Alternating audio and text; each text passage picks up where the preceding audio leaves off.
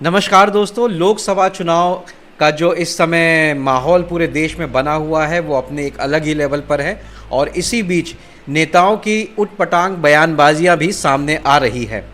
इसी का एक उदाहरण अभी पेश करते हैं।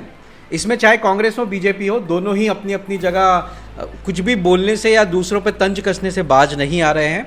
अभी ताज़ा वाकया मध्य प्रदेश के जो चीफ मिनिस्टर हैं मोहन यादव जी, इनका है।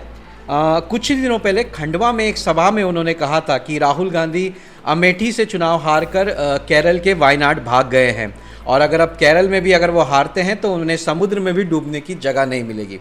इस बयान से यही मीनिंग निकाला जा सकता है कि इसका चुनाव से कोई लेना देना नहीं है। अगर कोई व्यक्ति चुनाव हारता है तो उसको समुद्र में भी जगह नहीं मिलेगी। समझ में नहीं आता। मतलब शायद वो ये कहना चाह रहे होंगे कि अगर वो केरल के वायनाड में हार गए तो अब राहुल गांधी को भारत के किसी भी कोने में चुनाव लड़ने के लिए शायद अब ज़मीन नहीं मिलेगी।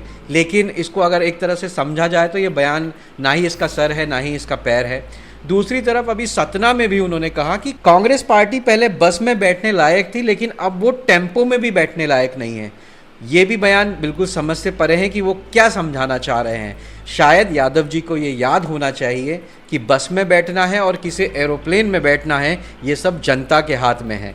आम जनता एक राह चलते हुए व्यक्ति को सीधे एरोप्लेन में भी बिठा सकती है और एरोप्लेन से सीधे ज़मीन के धरातल पे भी बिठा सकती है। तो ये जनता के पास ये पावर होती है और जनता यदि चाहेगी तो वो किसी को भी रातों रात स्टार बना सकती है। और अब जनता इस चुनाव में किसे सुपर स्टार बनाती है और किसका सुपड़ा साफ करती है, ये तो 4 जून को ही पता चलेगा। धन्यवाद।